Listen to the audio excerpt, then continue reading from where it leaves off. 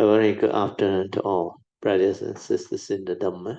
Today is Sunday, 27 August 2023. Yeah?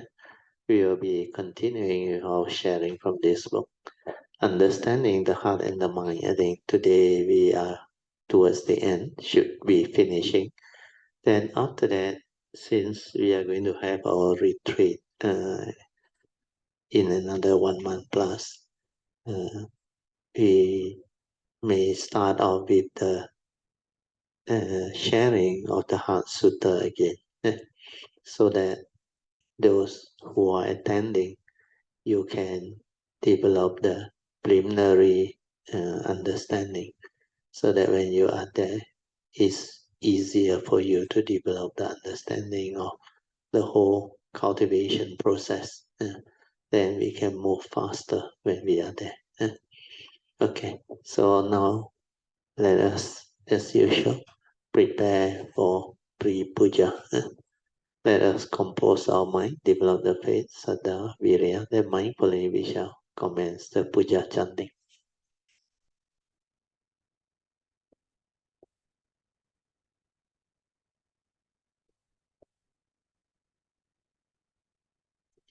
Nam mô Bổn Sư释迦牟尼佛. Nam mô Bổn Sư释迦牟尼佛. Nam mô Bổn Sư释迦牟尼佛. Nam mô Quan世音菩萨. Nam mô Quan世音菩萨. Nam mô Quan世音菩萨. Nam mô A Di Đà Phật. Nam mô A Di Đà Phật. Nam mô A Di Đà Phật. Nam mô Mi La Phật. Nam mô Mi La Phật. Nam mô Mi La Phật. Nam mô Bổn Sư菩萨. Nam mô Bổn Sư菩萨. Nam mô Bổn Sư菩萨. Nam mô Địa Tạng王菩萨. Nam mô Địa Tạng王菩萨. Nam mô Địa Tạng王菩萨. Arahang Sama Sambuddho Bhagava Buddhang Bhagavantang Abhivademi.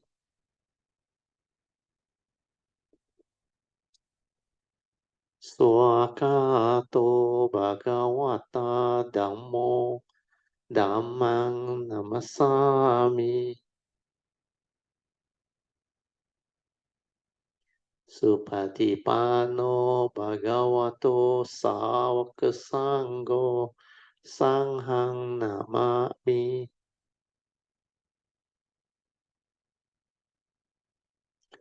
Namo Tassa Bhagavato Arahato Sama Sambuddhassa. Namo Tassa Bhagavato Arahato Sama Sambuddhassa. Namo Tassa Bhagavato Arahato Sama Sambuddhassa. Buddhang Saranang Gacchami. Dhammang Saranang Gacchami. Sanghang Saranang Gacchami. Dutiyampi Buddhang Saranang Gacchami. Dutiyampi Dhammang Saranang Gacchami. Dutiyampi Sanghang Saranang Gacchami. Tatiyampi Buddhang Saranang Gacchami. Tatiyampi Dhammang Saranang Gacchami. Tatiyampi Sanghang Saranang Gacchami. Panatipata Veramani Sikkhapadang Samadhiyami. Adina Dana Veramani Sikkhapadang Samadhiyami. Kamesu Miccācara Veramani Sikkhapadang Samadhiyami. Musawada Veramani Sikkhapadang Samadhiyami. Suramiraya Majapama Datana Veramani Sikkhapadang Samadhiyami. Sadhu, sadhu, sadhu. Okay, let's pay respect, Triple Jet. Bedang Pujemi.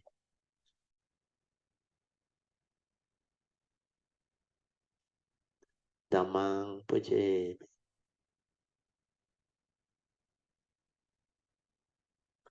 Sanghang Pujemi. Okay, you all can be seated.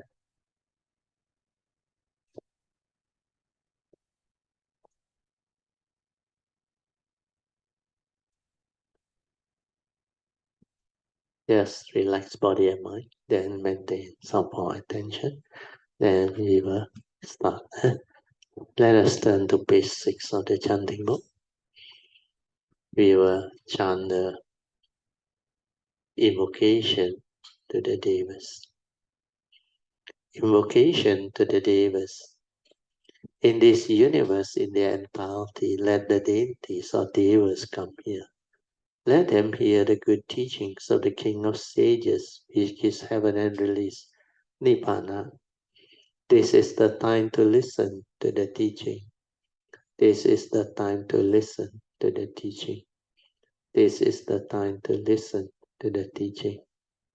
Samanta Chakawalesu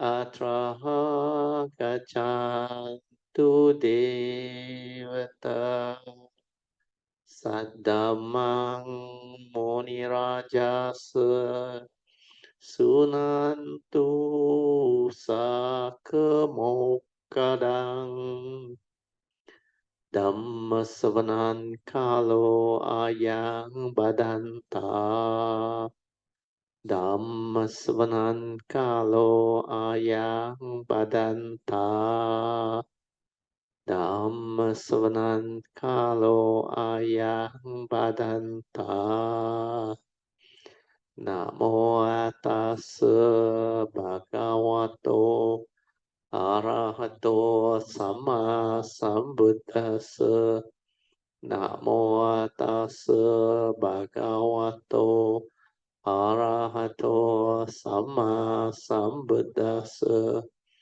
Namo Tassa Bhagavato Arahato Sama Sambuddhassa Iti peso bhagawa arahang sama sambuddho Vijacarana sampanno sugato lokavido Anuttaro purisa dhammasarati satta deva manusanang Buddho Bhagavati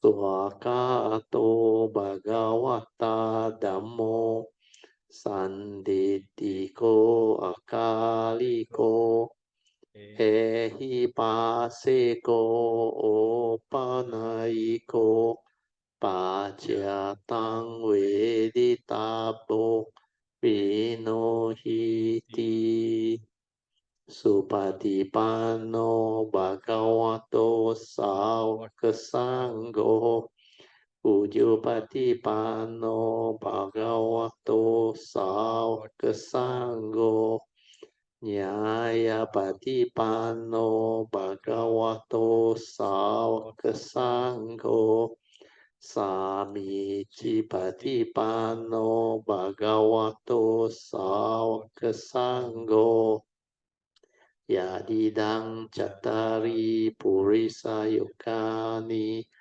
Atta Purisa Pugala Esa Bhagavato Sāvaka Sangho Ahuneyo Pahuneyo Dakineyo Anjali Karaneyo Anutarang Punyang Ketang Lokasati Sadhu Sadhu, sadhu.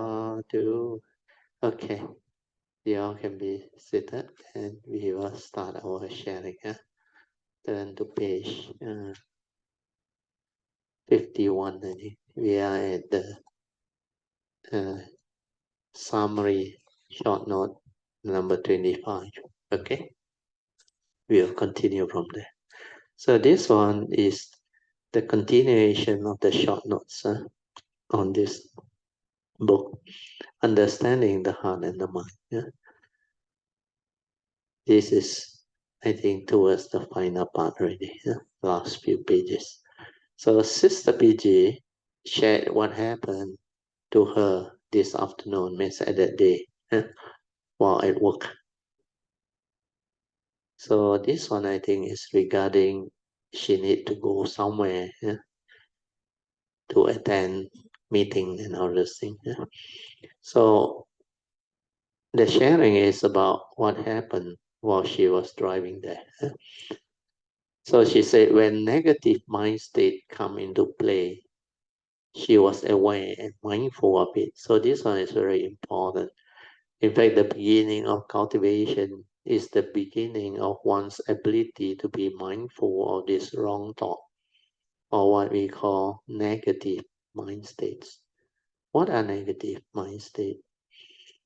Mind states that condition one's worry, anxiety, sorrow, lamentation, lack of peace. Negative mind state that has the evil roots of delusion within. And because of delusion, there is a tendency to have fear, worry, anxiety. Then sometimes the ego will condition the selfish thinking, the emotional negativity, the unhappy thought, and all these things. So these are mind states that will give rise to karmic. So when this negativity or mind state arise, karmic friction of your past, which have all this tendency, they will have the condition to manifest. So if you want to avoid the unnecessary condition for negative karma to arise, then you need to be mindful of all this negativity of mind state from arising. So when you are aware, you can develop the understanding of it and at the same time deal with it through wisdom and understanding. So initially, ability to be mindful is very important.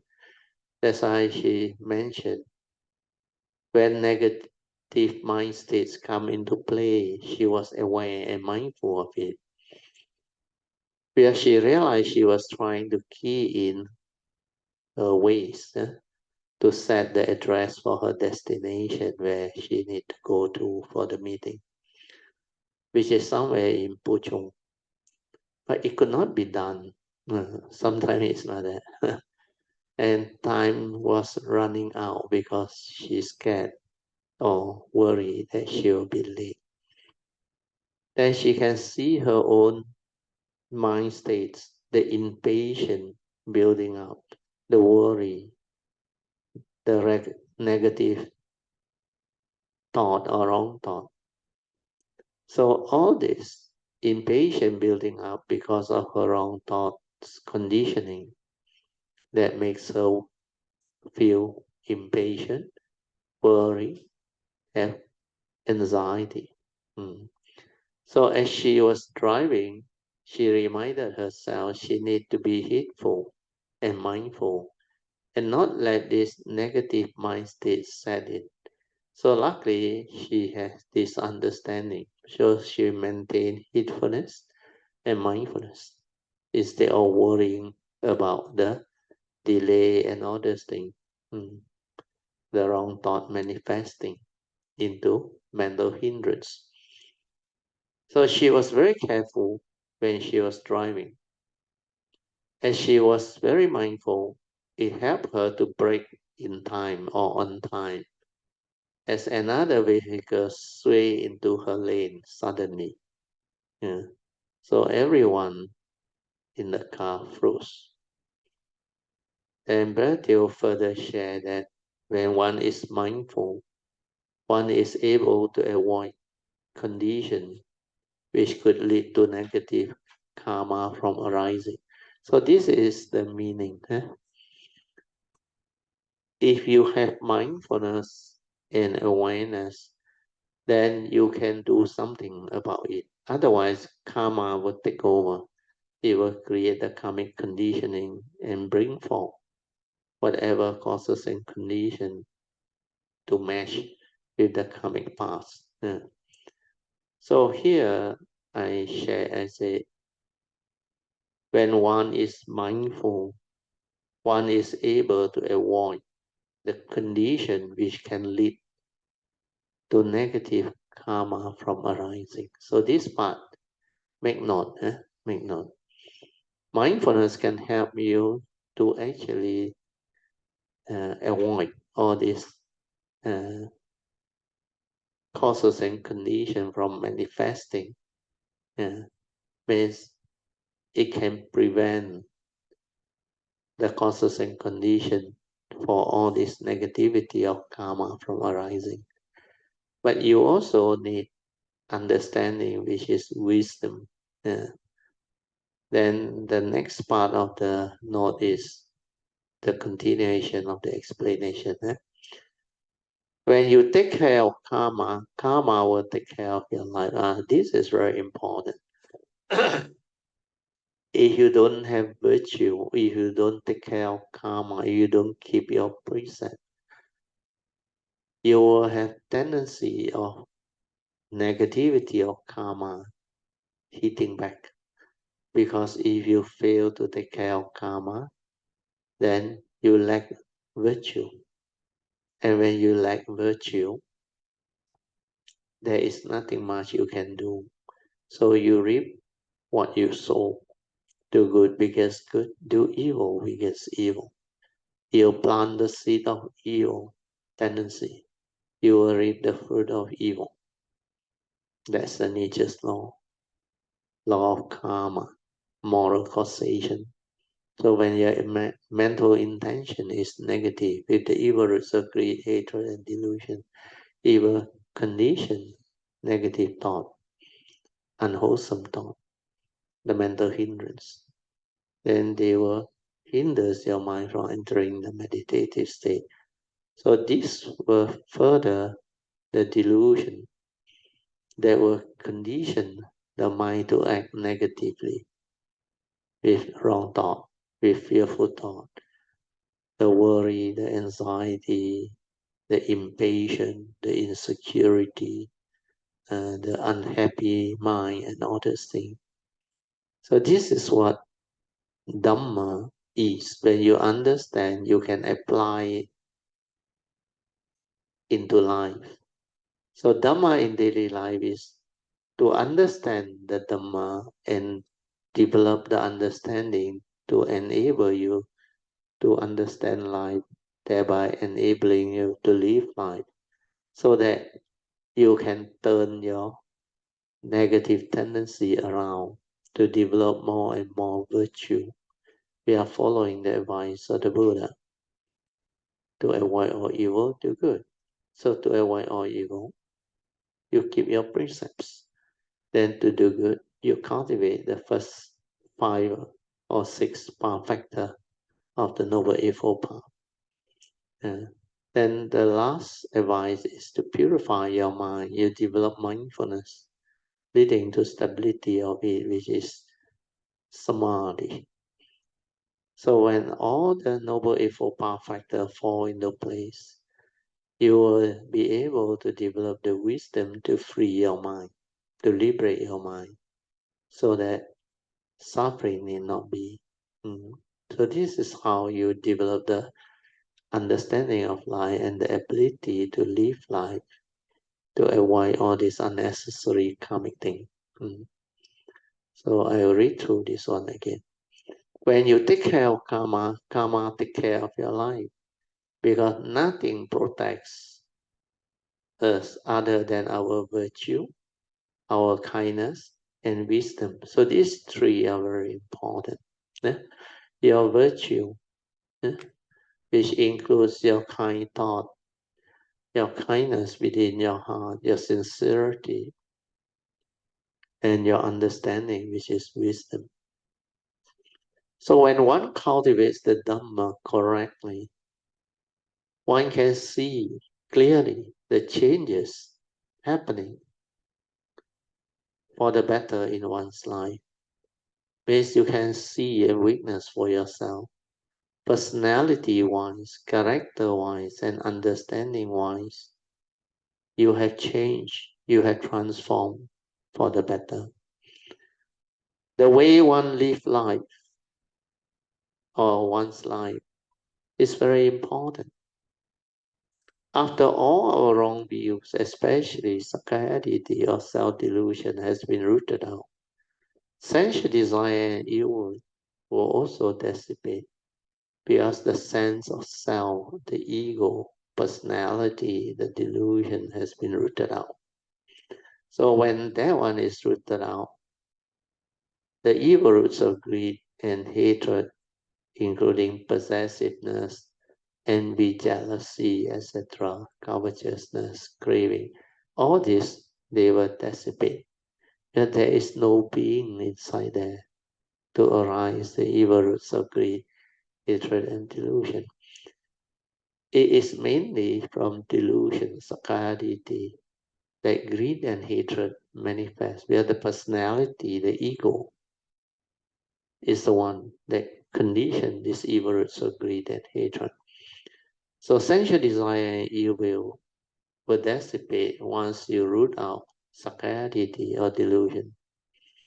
Then I continue. I say, when one is heedful of the five spiritual faculties developed, means when you have the ability to develop the opposite five spiritual faculty to counter the five mental hindrance, then it will help you. Then you will start to understand when one is heedful with the five spiritual faculty of saddha, virya, sati, samadhi, and panya, the opposite five mental hindrance, which is sensual desire, ill will, sloth and torpor, restlessness of mind and doubt, they will cease to be. They will not arise anymore. This is how you root them out. You need the spiritual faculty. Then we will develop the understanding, the wisdom. People are just the way they are. The world is the world. So when you understand these two fundamental principles of the nature's law, then you will know what to do. So just let things be.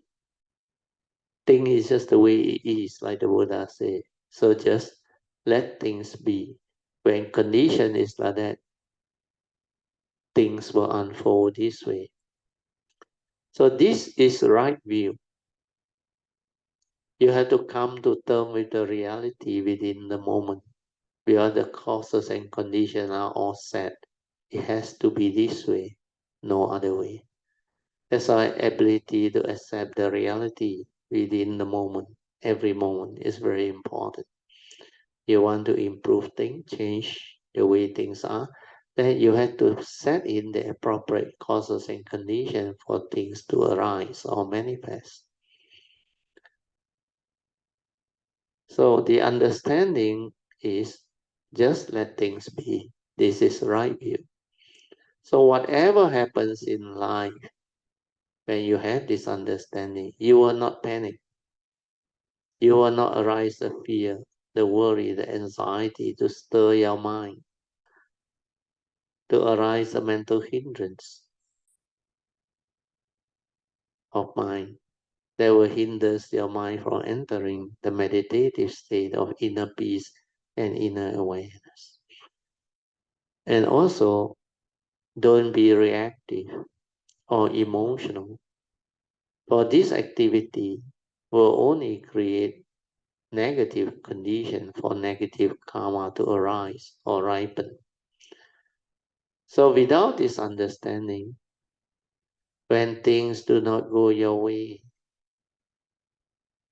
you will become angry and agitated because your thought, your wrong view, will condition you to react with negativity. What needs to be done is to not believe those wrong thoughts or negative tendency within your mind state. Calm yourself down. Then with a clear mind, do the needy to resolve issues or things amicably via the Dhamma way, following the Noble Eightfold Path, which I have taught you all before. So this is just like a quick revision. Then short note, point number 27. Bharatiya shared that whenever he is in a situation, he will never perceive it with negativity, but instead accept it as a live reality. So this understanding is very important. This is the right view. Yeah. So I read again. Bharatiya shared that whenever he is in a situation, he will never perceive it with negativity, but instead accept it as a live reality with right view, and then take it as a blessing in disguise for him to learn from it. That's why I say life itself is my greatest teacher, because from life I learn a lot. I see how karma manifests. I see how the mind functions following the Paticca Samuppada. I saw the nature's law that governs life and existence operate. The law of karma, the law of mind, and the law of truth. They are all manifesting. Even the scientific law, everything, which is the physical law of nature and the biological order, together with the spiritual law of karma niyama, chitta niyama, and dhamma niyama. They become the pancha niyama, which governs all of life and existence. So understanding all this is very important. So you can learn from it. You don't have to perceive it with negativity, but you can make use of it. Take it in as a learning process, then as a blessing in disguise. If you have not encountered such situation, you may not learn all this. You may not understand all this. That's why the Buddha in the first noble truth, the three turning, this noble truth of dukkha, which is suffering, is to be understood in the second turn. So when you confront life, when you go through life, you will experience all these situations that can lead to suffering if you don't have the Dhamma understanding. So this is what the Dhamma is. The noble truth of dukkha is to be understood. So how can I understand it? I have to confront it. I have to develop the understanding of it. Then apply the Dhamma that I have learned and cultivated. Initially, I silent my mind to observe and see all this. Then I put it to test, investigate into it. And when it stands out to investigation, one will have this understanding. Then it will awaken your nature and enable one to actually liberate the mind, to go beyond the thought process, beyond thought, beyond mind. Then we know how to live life, we know how to act, we know how to develop all the favorable causes and conditions to turn things around. Then we can be a blessing to all. So I will read on. So he will use his understanding and at times his common sense to resolve the issue at hand amicably via his Dhamma understanding or via the Dhamma way. So the word amicably is very important. Nobody gets hurt, or there is no like uh, discrimination or whatever. Uh, you have to resolve things amicably so that everybody is not affected, so that everybody can develop the understanding and become like blessed. Then you can laugh over it after that. So this is what Dhamma cultivation is. Life itself is the greatest teacher. From life, you can learn a lot of things if you are mindful, aware, and you have the Dhamma with you. So this is what application of Dhamma is all about. It's not about the theory. When you know the theory, if you cannot live it, then it cannot become a living reality. Then note number 28. This one also very important. This one I think is what a lot of beings out there wants to listen. Uh, that's why it's raining now. Very heavy. Just how the lightning, the thunder start. Uh, so this note 28, short note 28, you listen. After the Monday mind has collapsed, this one very few cultivators can reach this state of understanding. But they share that the cultivator have to learn how to use a supramundane mind, which is so fine. It's like no mind inside there. And you hardly feel anything.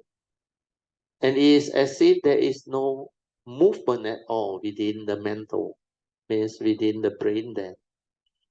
This mind is so different from the mundane mind, which is very gross, with a lot of images. It is much easier to train the mundane mind to be mindful or aware because it is grosser. But after it has collapsed, it's like nothing at all and no mind to train, like nothing to do.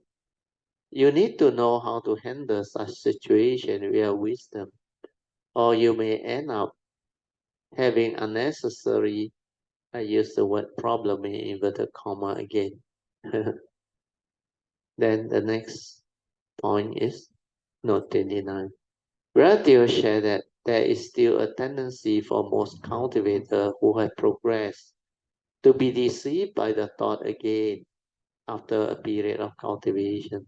Uh, like what I used to advise a lot of Kayamita, especially Brother Song. His advice is do not listen to the thought, because this is the mundane mind that has duality. Instead, silence your mind and go back to your nature to develop the understanding inside. Only the nature or the silent mind can see things as they are to awaken. But thought is also useful when there is wisdom. When wisdom is already a part of you, the form and mind, and it has stabilized, you can then share your understanding with others, and thought becomes beautiful. Everything is beautiful after that. Today's Dhamma sharing is due to condition from Brasvian's question and the higher consciousness among some Kayamitas who can understand what Bharatil shared. So at that time, it was really beautiful because the condition manifests. Then point number 30, short notes. Progress in Dhamma cultivation leads to more understanding. This is very true. Then one is able to use it to live life, the real life.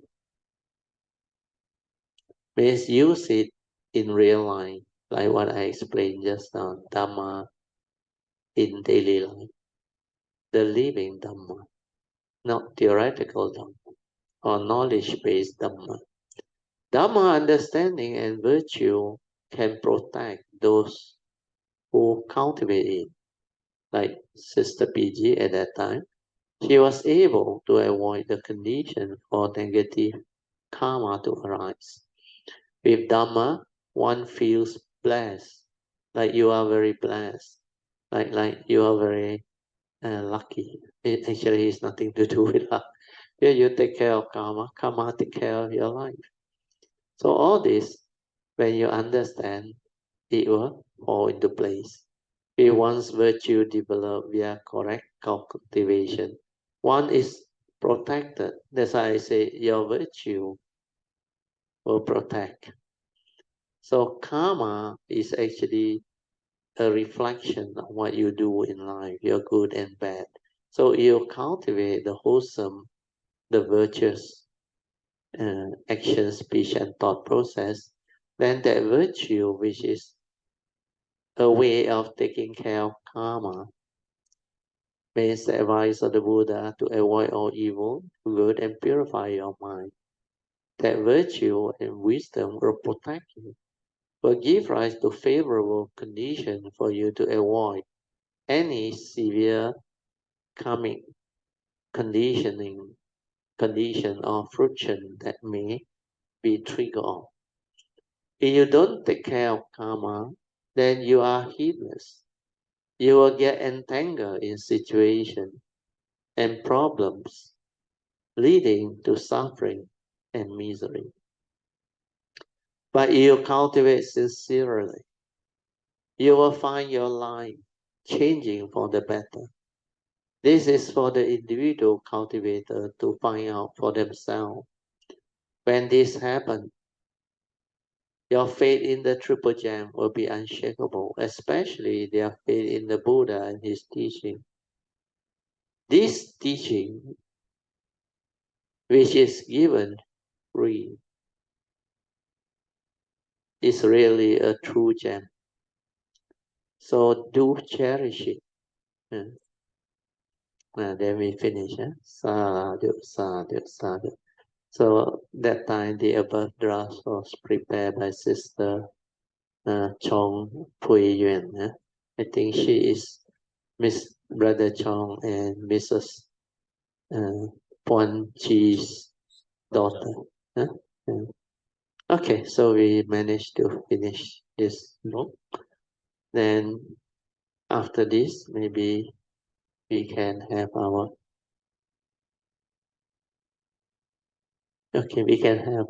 maybe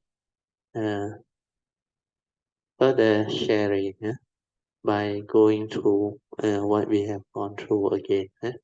So just to recap, the title of this sharing was somebody asked, what is the difference between the heart and the mind? So this topic that I started is not easy. Because most people understand it in a very superficial manner. Because through education, through knowledge-based type of teaching, people will just tell you based on what they understand, especially the scientific community or our education system. They say your heart is the organ. That's it, finish. The heart is a very important organ. They tell you that there is where the heartbeat is and all those things is there. From there, it will trigger the heartbeat that actually pounds the heart and allow the blood to be like pumped to all the other vital organs for it to nourish them so that it can sustain life. So that the process of what they call nourishment of life can happen. Then as far as the mind is concerned, they only know it is our so-called conscious mind, which is the thought process. Or some who have the understanding, like we are Buddhists, we call it the thinking mind, or we call it the mundane mind, because this is what mundane people do. So the thinking mind is also our mundane mind. Mundane in the sense that it has not developed the wisdom, the understanding. It has not developed the awakening or the enlightenment. And they don't know that we have two minds.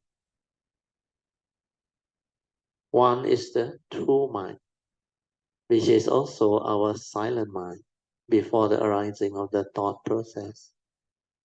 The inner awareness within us, our nature.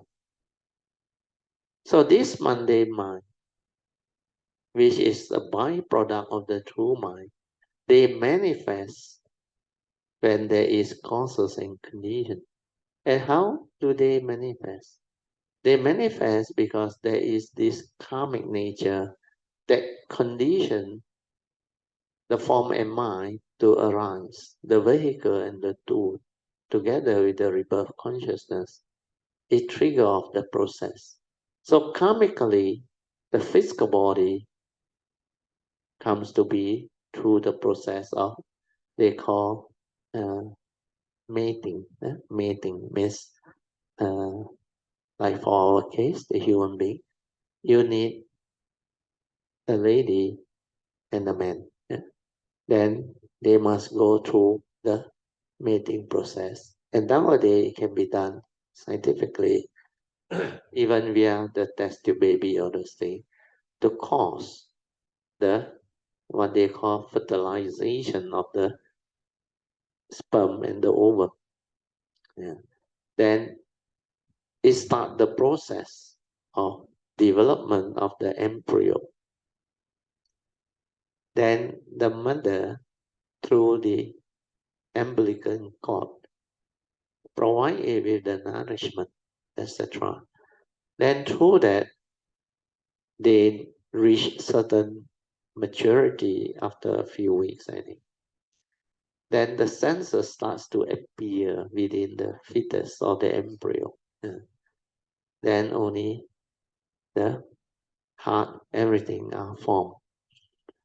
Then the life force that come empower the new embryo, they can set in after that. Yeah. Then when that process takes place, it will continue to grow. Then there is the birth process. That's how the human being comes to be. And because of that, we have the three conditions already set. The physical body, the consciousness that is trapped inside since the beginning of birth, or what we call the birth process, before you are even born. The heartbeat, that one, the life force from nature, our karmic nature, the powers of life, the trigger of. Yeah. And that one is the third condition that you need. Yeah. So together with these three, it animates the fetus or the embryo to further develop until it become a newborn baby. Yeah. Then with the baby, it starts to receive further care, attention, then the growth process. That's how the conditioning comes about. That's how the baby develop the senses to perceive, to learn, to develop all the activity within life. So that's how they start to actually receive all this conditioning. Uh, so the conditioning can come in many forms. Initially, of course, are the parents or whoever who take care of them. Then later on, as they grow up, the environment, the what they call education system, the social media, and together with whatever uh, influence that society has over the child. That's why the child of nowadays is different from our time, which is 6 or 7 decades ago. So as society evolves, as our understanding of civilization evolves,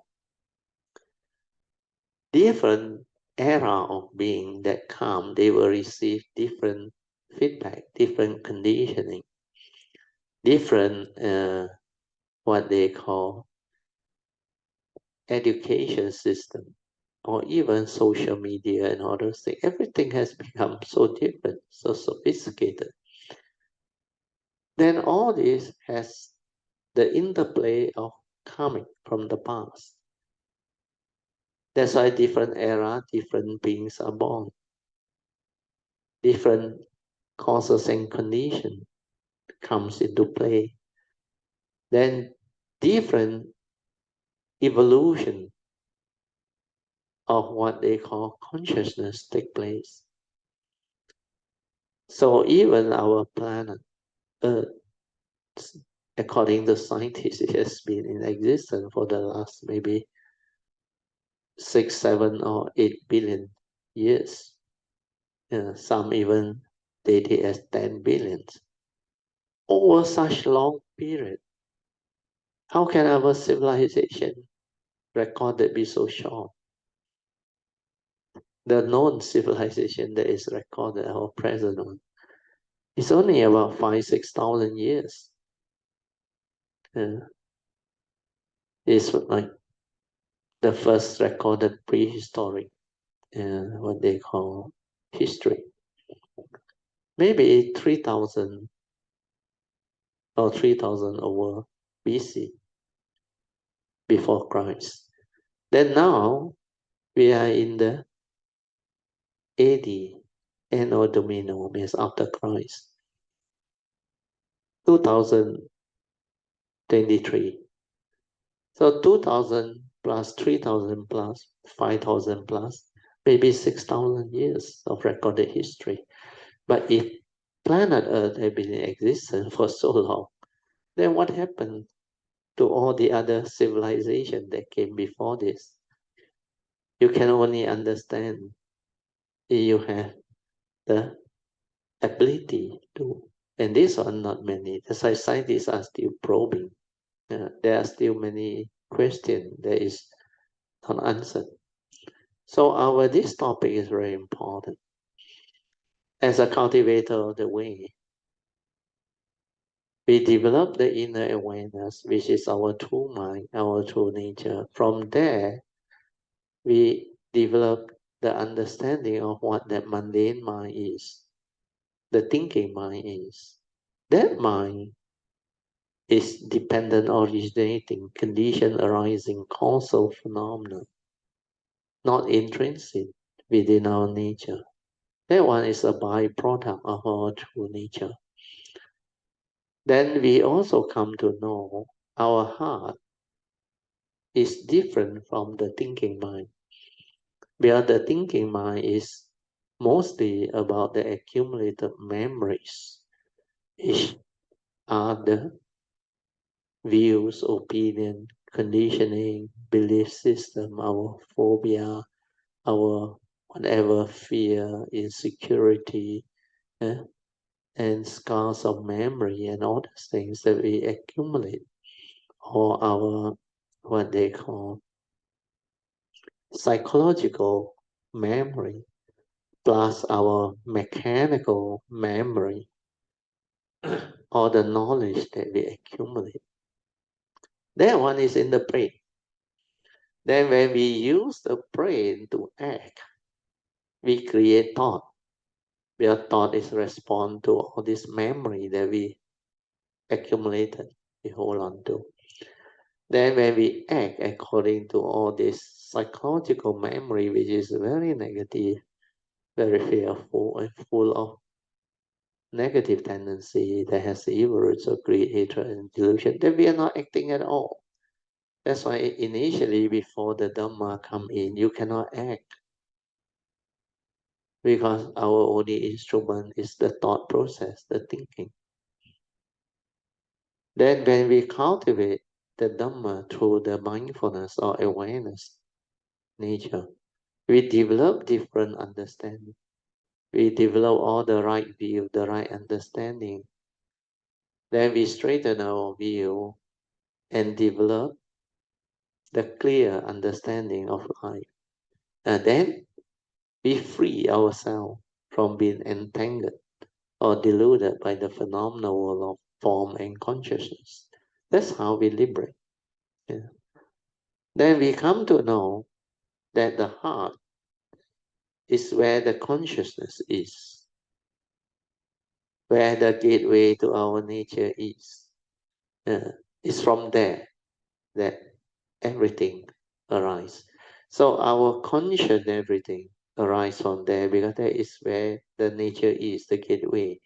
So when we come, if we don't have this ability to silence through the awareness-based meditation to realize our true mind, our true nature, then we cannot understand all this. Maybe through life experience, some people may come to know, like you have two minds inside there talking. One is the conscience that tell you, no, this is not right, you cannot do. Then the other one is your psychological mind, which is your mundane mind, your thinking mind. That one will come in and debate, and sometimes overrule the conscience through justification and other things. So we have gone through all this. Yeah. So ability to understand this title, understanding the heart and the mind, is very, very important. Then we choose take care of the mind through wisdom, through understanding. And the mind, we have to realize the supramundane mind, or what we call the true mind, the silent mind, the meditative mind. So once we realize that, there is the beginning of real spiritual cultivation. Like Huining say, the first hallmark of Huining is to realize the state of no thought, 无念的境界. When you can realize that, you become different. You become just aware. Then you can see how from the awareness thought comes to be. Then you can understand the limitation of thought. How, like I explained to you all, from the spacious awareness, we zoom in to a small, minute space, which is limited, to perceive something, to develop the understanding of what that thing is. So through perception, which is the memory, we perceive it. Then we use that perception, which is mainly words and concept or idea, to view it, to perceive it. Yeah. Without wisdom, you will perceive it with delusion, negativity. That's why all this will cause sakaditi, further entanglement. It will lead to all the delusion that condition us to grasp, cling, hold, and give meaning. Because to us, it's very real. It's like ever existing. That we are what we think we are. There is a person, a personality, or a being inside there. Of course, we cannot deny that there is a human being.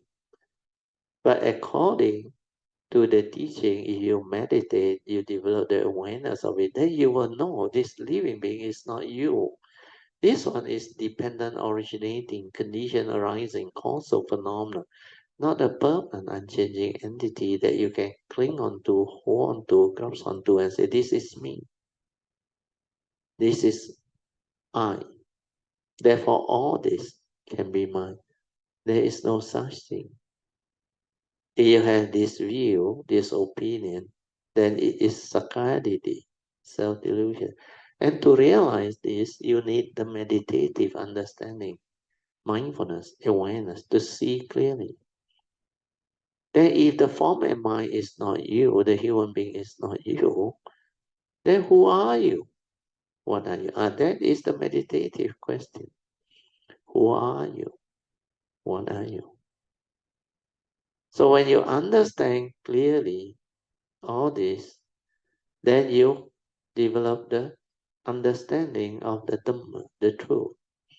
Then you will know the unconditioned Dhamma and the conditioned Dhamma. They are different. But you need both aspects of the understanding to understand life and live life. Then you will also come to know, apart from the karmic nature, there is also a spiritual nature. And these two, they will support what they call life and existence. And they are intertwined or connected. So all these are the understanding that can manifest when you have this ability to be aware inside and develop the awareness-based meditation. That's why this teaching is not knowledge, not a scholarly approach. Uh, Dharma knowledge, or they call uh, Dhamma study, means scholastic study. They are all theoretical Dhamma, not the actual living Dhamma. The living Dhamma is to be realized and awakened to. The form and mind, because it is karmically conditioned, it can allow that living being inside there, yeah, to develop the understanding of all this. Then it can also realize that true mind, the true nature, to finally gain access to the gateway, to realize the inner nature. Yeah. The inner nature, which is the true mind, the silent mind, that nature within is very different from the mundane mind, yeah, or what we call the thinking mind. Yeah. So all this understanding we need to cultivate, we need to develop. Then from there, we will have the wisdom, yeah, to understand life and to live life. Then everything become like clear to you. Then everything like so different, character-wise, personality-wise, understanding-wise. You have evolved, you have awakened. Then you become so different. Then life become meaningful, become beautiful, amazing, wonderful. That's why all this are only possible when you have the correct approach and the correct understanding to develop the cultivation accordingly. Yeah. Of course, the basic teachings, the Kyamani Buddha's, the essence of his teaching, which is the Four Noble Truths and its three turning, are very important too. But initially, we develop it through knowledge, theoretical Dhamma understanding. The Buddha called it the initial phase of pariyatti, the learning of the teachings. Uh, So the learning of the teaching is very important. After you learn, you go to the second phase, which is patipati.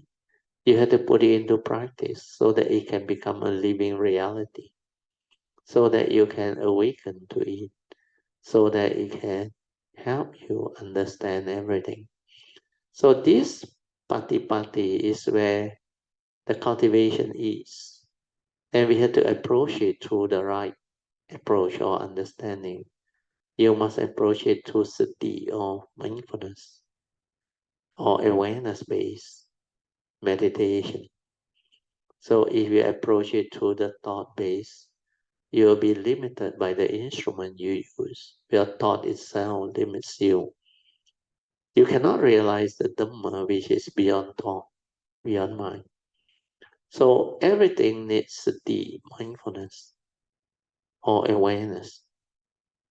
When you develop awareness and mindfulness, you can realize the true mind, the awareness nature within.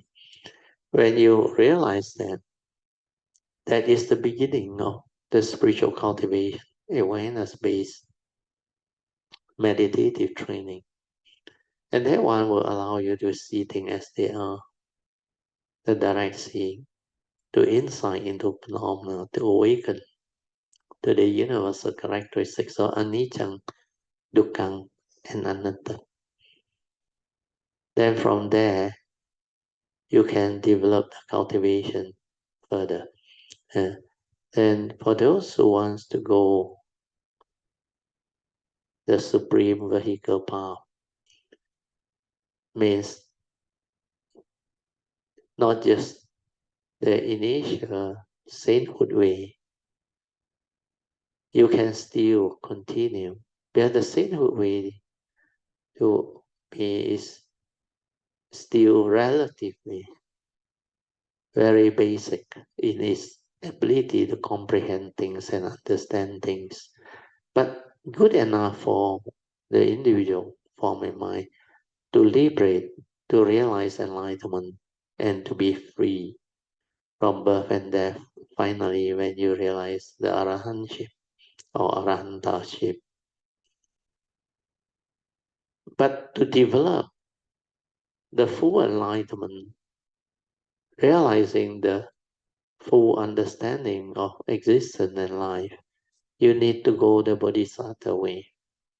You must take the four basic vows, then plant the seed of bodhi, uh, and determine sincerely through faith and understanding.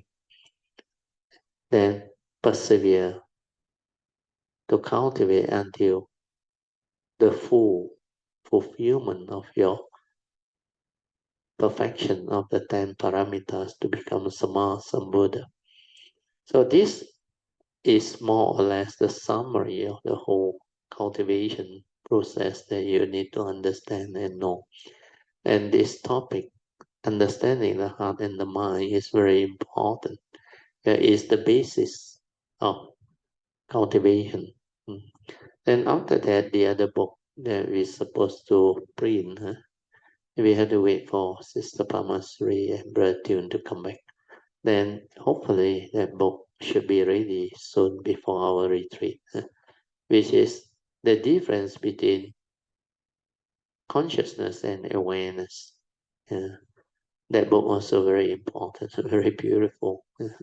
That one also has a lot of spiritual understanding within. Only cultivator of the way can have those understanding. Consciousness as we understand it, awareness as we understand it through the cultivation. So these two, when you combine, it become very different. But in the meantime, before they come back, before the book is ready, I think for our next sharing, which is the next Sunday, we will go through, like I said just now, the Heart Sutta. I want to go through it one more time so that more people can develop the understanding. And for those who wants to really learn these teachings of the Buddha, the Dhamma, you should follow the Heart Sutta sharing. That one, we will take at least, I think, 8 months to finish, which we have done during the MCO time. I think during the MCO time, most people are not ready with the condition to understand that teaching. Only some who have that faith and the causes and condition at that time, they benefited from it. Yeah, most of the time, I have to go through this Heart Sutta book, short notes, which is the whole book, the second edition of ours. We have to rush through over the retreat, which is normally 8 to 9 days. Uh, but unless you are very good, you have your past, to go through it within 8 to 9 days is not an easy task for people to develop the understanding.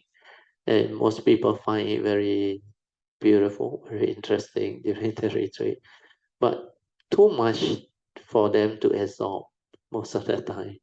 And only some who continue to determine to develop the post-retreat cultivation, the daily religious routine and all those things, can really continue with the cultivation and develop the understanding.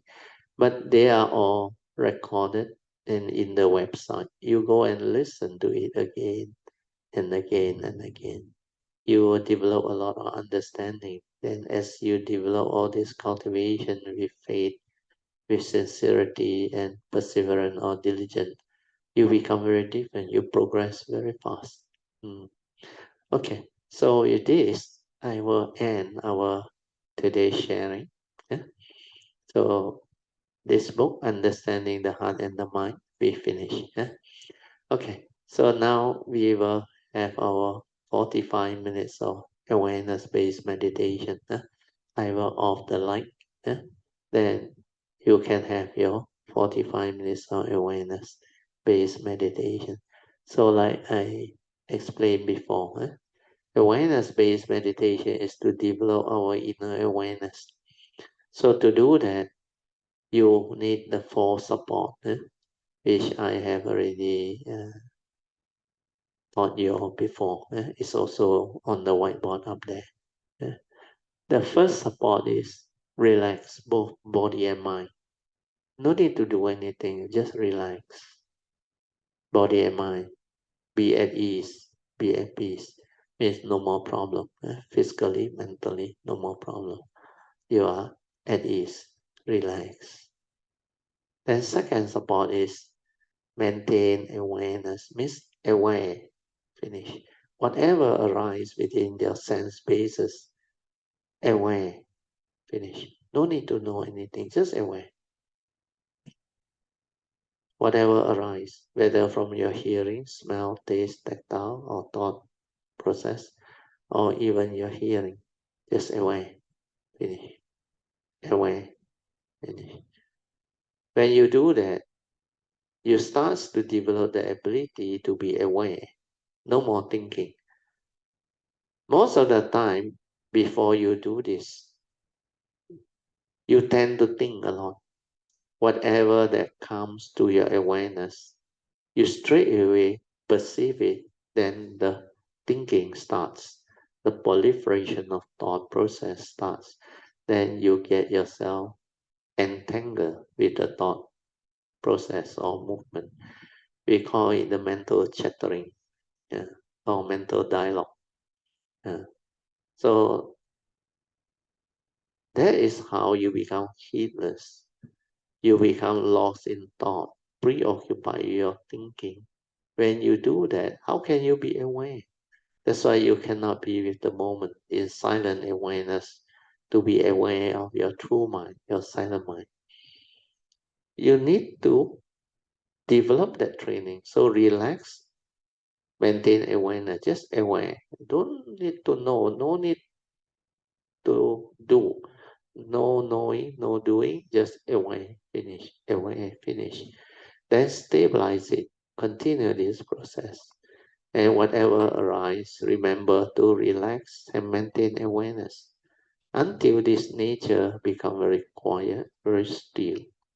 That's how you develop it. Okay? Then after that, when you stabilize already, you use it to meditate, to develop understanding. Just through observation, no need to do anything. That mind that arises from that nature is your thinking mind, your mundane mind.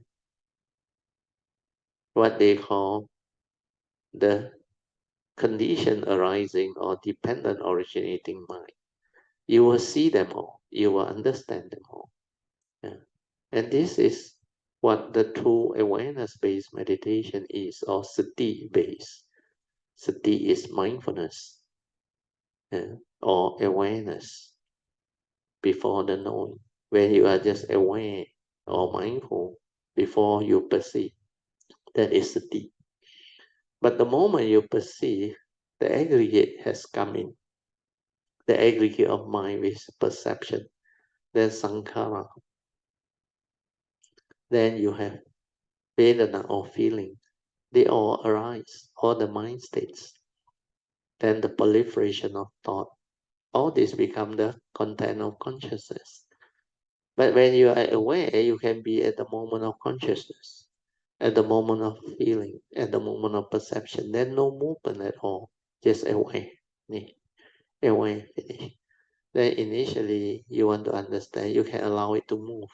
Then you start to see how that movement happened, following the paticca samuppada, the dwelling, how avijja pacha sankara, sankara pacha vijnanam, vijnanam pacha namarupa and rasa. The whole of that movement, you start to develop the understanding through observation, the silent observation of what arises and pass away. Means you learn to see things as they are, not through your views, opinion, conditioning, and belief system. Means observe with the silent mind in pure awareness to understand what is going on, to understand clearly who are you, what are you, and how you function as a human being. Okay, so now we're off the line, and you can have your 45 minutes of awareness-based meditation. I will set that up now.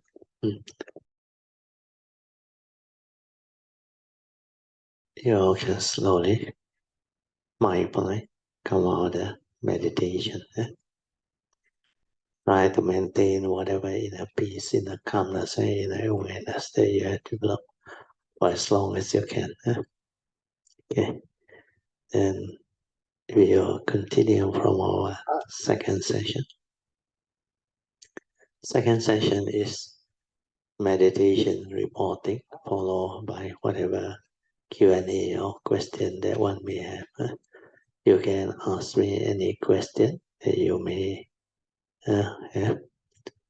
The question can be on meditation, the Dhamma, or what you can actually make use of the Dhamma to develop the understanding of the teaching, how to apply this teaching so that it can help you truly solve your daily problems that you may encounter. Then at the same time, you can also share on life experiences, true life experiences based on your cultivation and understanding, or we call it the Dhamma in daily life. Okay. Eng Bee, you want to share something? Yeah. Yeah. Good evening, Teo, Mrs. Teo, and all Yeah. Sadhu, yeah. I would like to share this a little say observation that I encounter Okay, during good. the Uposatha day. Oh, good. Sadhu. The previous two Uposatha day. So I can't remember what is the date already. But August lah, August. Yeah. Actually, beginning of August, I think. I was how to say? I was doing the chanting. I usually Uposatha day I will burn candle lah. The candle is in front of me. I was doing chanting. Usually chanting I will close my eyes and chant lah. And during almost ending of the chanting, I just open my eyes and the candle was in front of me lah. The candle also finishing like want to burn off already. Yes.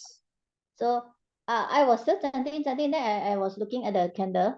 And the candle is burning until no more flame. Yes. Still no more flame. And then I still looking at it, and then because I think this was my first time looking at a burning candle to the end. So I just look at it, and then like when the flame was no more, I'm still looking at it, and then suddenly a strain, or how do you call it, a strain of smoke, or white color smoke. Yes. Yeah, it arises from the end of the candle. It just arrives and then dissipate in the thin air. Yes. So I also forgot totally about my chanting already. Never mind. Then what So happened? I think I just end it with sharing merits, everything, just bow 3 times, and then after that I sit back and kind of contemplate lah. Reflected and contemplate. Yes. It's actually not contemplation. The information just come in. Very good. Yeah. What was it? That's how the life ends. To me, the sadhu, thing sadhu. that's how the life ends. Okay, And very then, good, very good. Sadhu. and then Bharatios, I think your teaching also come in to strike me that at the end of this burning off of the flame, then to my surprise is the smoke come out is kind of like the consciousness came out Left from the body. breaking off Left the body. left the body, or breaking off of the body, or the candle lah. So I was a bit this is to let me see how the ending life is Cessation finishing. and the complete, what they call, ending of that phase, the segmented life. No more. Very good. This Sadhu. so this is one part. Then the previous Upasata day, I never planned for it. It come by itself. It will come by itself. It will again, happen by itself. Again at the end of the chanting, I also look up. I say, oh, the candles are almost finishing burning. So this time is towards the end of the flame. The flame usually is as small as our small finger. Very, Three very segments, minute. right? Very It's a minute. small one, very minute. I think maybe half of the segment only. Yes. Towards the end, this time is different from the previous burning. It becomes shoot up so high. It shoot up so high. It's like the whole small finger's length, the whole flame. The whole flame burns so long and very steady one. No flickering. No flickering, very steady. And then it shoot up, and then it go back to the original small size flame. After it slowly it burns, and then no more. The white smoke came out again. That's it there again. So these are two 小插曲 I should say. Two observation to let me see lah. Again, the kind of ending of life force is like that, just like that. Correct. When the life force no more, the flame just the goes different off. possibility of its ending. And in real life, nature's phenomena and real life happening, they are similar, quite similar, because candle can be like that. Even like in science, you have studied science, the ending of the sun, or the what they call it the final phase before it completely ceases. So scientists also know, they call it the supernova. The supernova is the sudden last, what they call manifestation. That one, before it become a black hole and all those things, the supernova that actually bursts is very, very intense and very strong. The sudden burst. Then, like what you go through, the ending phase can be just like the normal one.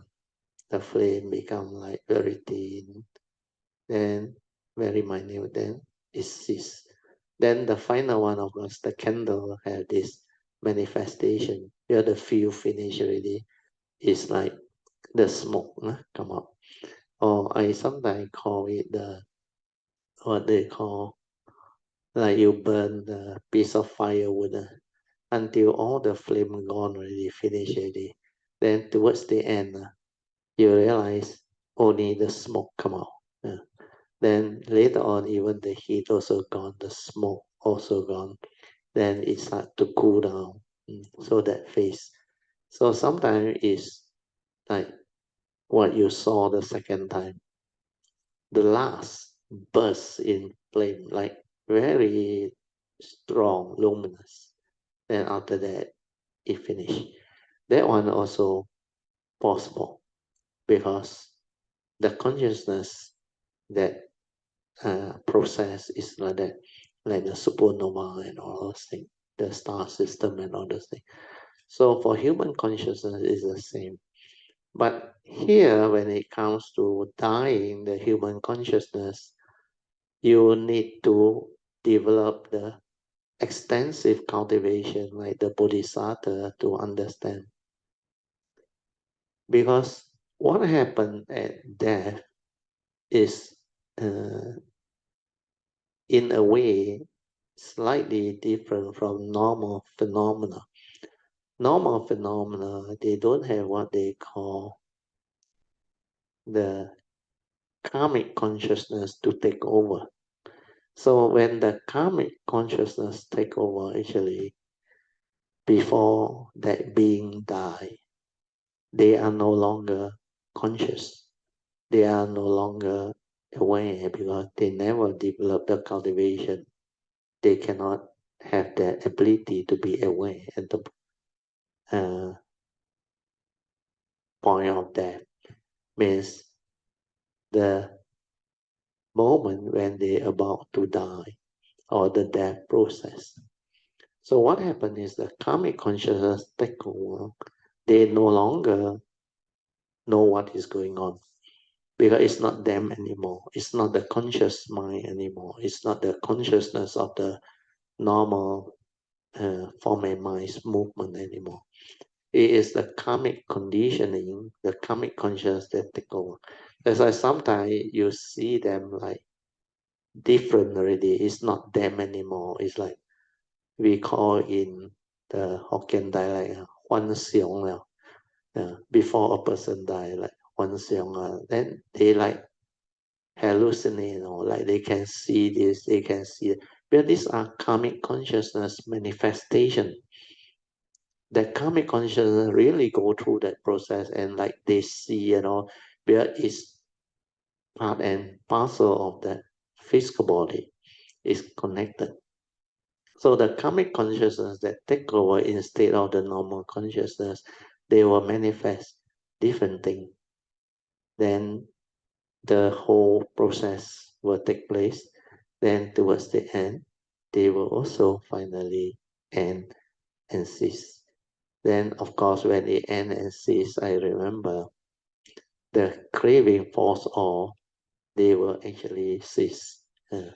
But before it happened, the last thought moment that condition all this, they call it the rebirth consciousness. Means the death consciousness that condition the rebirth consciousness, that one already over, gone already. But the karmic conditioning that manifests is actually the whole process for all this to happen. Then after that, what happened is the rebirth consciousness is already over, gone. Then this random of consciousness that come out from the physical body is a totally different thing. That one is, of course, that random of consciousness. We call it the balance inside that flow out. It could be the accumulated memory and all those things. Then, of course, that one, based on karmic conditioning, all those things, and delusion, they have their attachment, craving, fear, and all those things. So that one will come out. But that one is different. That one, no more physical form. They can still see, they can still hear, the senses are still there, but there is no physical. When they speak, like they speak, but the conscious human being, the normal living being, they cannot hear them. They cannot see them with their normal senses. But there are some human being or living being, the non-human that has this ability. They can see them. They can hear them. That's why they exist. Then this one will take a while before it leaves or disperse. It depends on how deluded the thing is, or how much grasping, clinging, and holding on to the existence before they die is. This one will continue to stay around. It can be for a period, depending. Then it will finally still disperse. No matter how strong that consciousness is, it will find, because it there is no physical form for him to do anything. There is only consciousness, the energy, and that one, they like they try to talk to people. People cannot hear them. They try to hold on to things. They cannot hold on to things. They try to do a lot of things when they are alive, but they realize they are no longer able to do that. Then sometimes they see their own kind, the non-human and all those things. Then if you were to read certain type of maybe books or what they write about this and all those things, then different religion, of course, they also describe it under their own understanding. But basically, these are just the random of consciousness that come out and has certain ability. But they will finally cease and disperse. So what I try to explain to you is, maybe these are the various phases of possibility that happen when a phenomena ends or when a life ends. So what you manage to reflect and contemplate, where it comes, like you say, without you like looking for it or searching for it or inquiring, it just happen, it just come. It's also meant to be for you to learn something. It's like uh, it's like a form of awareness that is aware and develop the understanding. Like you say, the understanding just unfold and tell you that's how a life force and a life and or phenomena, and in that case is the candle. So all this is what the phenomenal world is all about. When you have mindfulness and awareness, when you are able to be in this moment of silence, then suddenly that seeing, or what they call direct perception, they can give rise to understanding. Uh, then when they manifest, it is like sometimes meant to be, like today, is for you to ask that question so that you can develop the condition for all this understanding to surface. Otherwise, it won't surface. So this so-called ability to witness the cessation or ending of life or phenomena, those process, they are very unique to itself and beautiful. That's why everyone is different. Every condition is different. Every phenomena or activity is different. So through all this observation and understanding, we develop more and more ability to actually understand the very possibility of existence. and life manifestation. This is why the cultivation of the Bodhisattva way, which I always say is very extensive. Extensive in the sense that after you have gone through many existences, eons and eons of cultivation, existence, then you develop all this accumulated understanding. And especially when we are in phases of cultivation, like this asana, most of us has the awareness, the mindfulness, the Dhamma, the more or less ability to develop such understanding. All this understanding we can actually accumulate and become our what they call inheritance. Inheritance in the sense that we have that karmic inheritance through the karmic nature. Of course, that one, the whole process, if you are not cultivator, you don't know. Karma just take its course. That's why, like the Buddha said, they are all born of their karma, heir to their karma, conditioned supported by their karma, and they are what they are because of their karma. So that one, they cannot do anything. So that karmic process is a summation of all their conscious moment, or what they call their mental intention that they manifest every moment, every instant within those moments that they live life. Because every moment of consciousness, there is karmic implication or imprint inside. So that summation of all the karmic, they will form the karmic nature. Then that nature is what they are conditioned into. They are born of it, heir to it, conditioned and supported by it, and they are what they are because. Then when it comes to cultivation, like most of you all, this life, you develop the cultivation, the understanding and all things. These are also like wisdom imprints or understanding that will accumulate into your spiritual nature. And that spiritual nature is very unique, very different. That one, the normal living being, they cannot inherit it. And most of them don't have that nature, where they don't have the condition to develop it.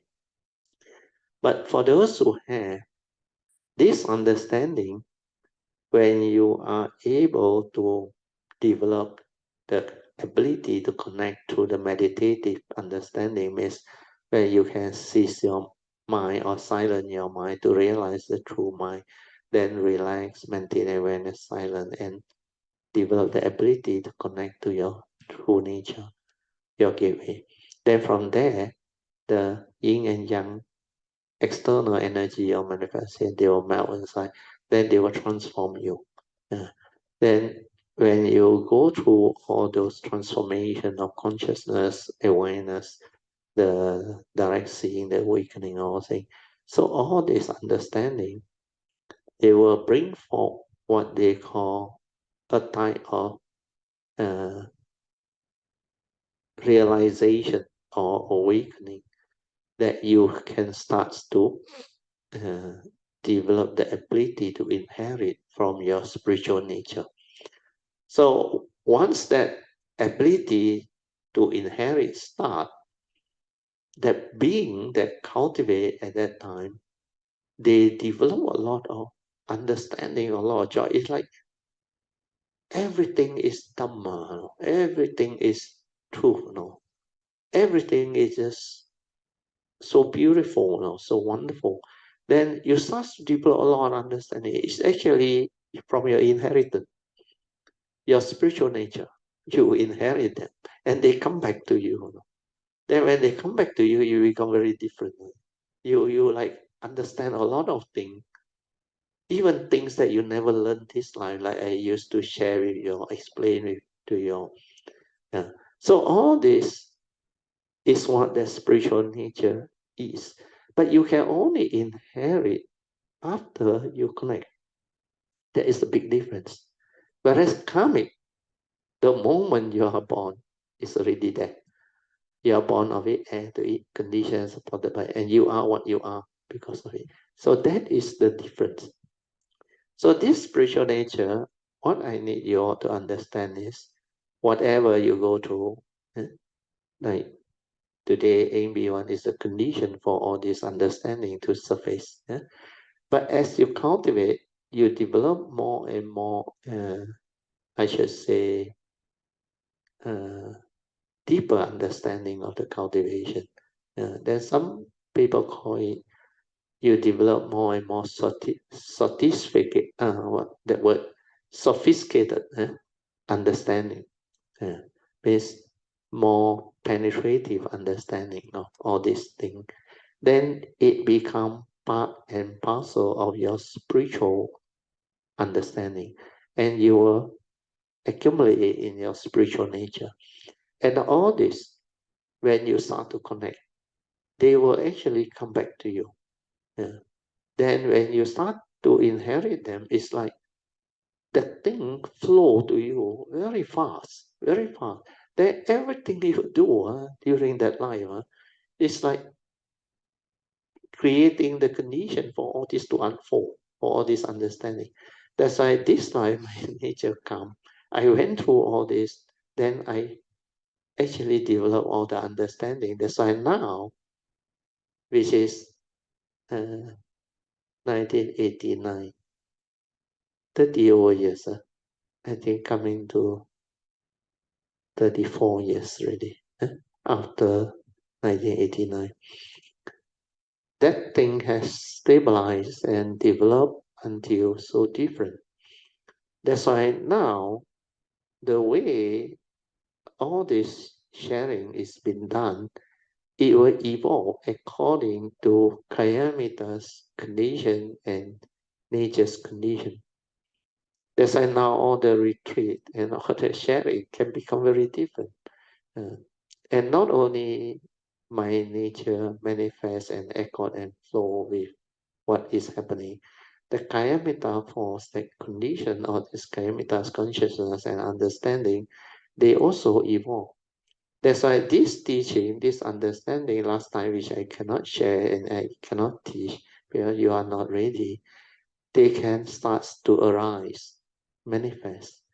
And there are more and more understanding will unfold as we continue this journey together as Kalyanamittas, Dhamma friends, and what we call spiritual practitioner. So this is what I need you all to understand. So this sharing is very important. So we should thank Eng Bee for the good condition. Sadhu to you, Eng Bee. Now you can continue, Eng Bee. Thank you, Bertil, for explaining the what are the inheritance of the Yeah, spiritual nature. the spiritual nature. Yeah, this is how all those things comes about. It's the insight, the awakening, the understanding as you cultivate, as you develop all this. Then more and more things will happen as you connect to your nature, stabilize the awareness nature. Then a lot of things will happen. And this one you cannot find in books or where hardly anybody can develop that type of cultivation until that level. There are, of course, but very, very rare, very, very few. And even those who have, you need that type of stability over that period.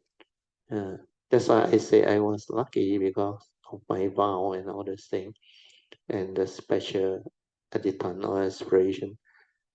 I connect and develop all this understanding at an early age, 35 years old, 1989 minus 54 is exactly 35. So 35, just like the Buddha when he became enlightened underneath the Bodhi tree, he's what they call, he also after that, I think, continue the sharing and the teaching. Where after he inherit underneath the Bodhi tree, he became the Sammasambuddha, where he has perfected the 10 perfection. Whereas the other bodhisattvas or great beings is slightly different because they haven't perfected the thing. So the omniscient nature didn't completely come back. It's only whatever in the spiritual nature that you have developed or cultivated, and that one they start to inherit. That's why last time I explained to you the 3 type of body of cultivator and also the individual being. First is our what we call Nimana Kaya. Nimana Kaya is our functional body that allow us to come to this existential world to function as a human being. Then we have our karmic nature, the spiritual nature. We have the two, karmic nature and the spiritual nature. So the karmic nature is the moment we are born, that rebirth consciousness, we start to inherit. We are born away, conditioned by it, supported by it, and we are what we are because of it. That one, the whole process manifests. But the spiritual nature, you have to wait till you meditate to connect before you can inherit. So what happened is the Sammasambuddha is different immediately because the other one is already like predicted, the prediction, the destined happening, that whole thing, the causes and conditions already set. So once they connect, the whole thing will come back. Yeah. But for normal bodhisattvas and great beings, it will take a while. But although I say take a while, may not be that long. But over the years, it's like the Buddha Sakyamuni. He, at that time, at the age of 35, he also become fully enlightened. Then he inherited. That's why it animate him into a Sammasambuddha, or we call it the Dhamma body, that can manifest and teach the Dhamma. So Nimana Kaya, together with spiritual body or spiritual nature's body, spiritual understanding, that was Sambhogaya Kaya. So Nimanakaya and Sambhogaya combine animate him into a Sammasambuddha, or we call it the Dhammakaya. He manifests the Dhamma body to teach the Dhamma to the world, to living beings, and all these things. Yeah. So for normal being, you will not have that so-called Sammasambuddha's Dhammakaya. You will also like inherit, and that spiritual body also come in, but it's not the fully enlightened one, the perfected one. But it's also good enough depending on your cultivation. Then once that one manifests, that's why that form of mind become different. It like can make use of this functional body together with the Sambhogaya Kaya, or not the perfected Sambhogaya Kaya, the spiritual nature's understanding and cultivation that it has developed or inherited. Together with that, they can also teach and share. So like my nature and all those things. So this is how all these are possible. Then when they share very differently. They're not through knowledge. It's through understanding. From their nature, it manifests. There's a lot of things which you all will like find it very strange in the sense of the word strange. Yeah? These are things that you don't hear from anybody or read from any books.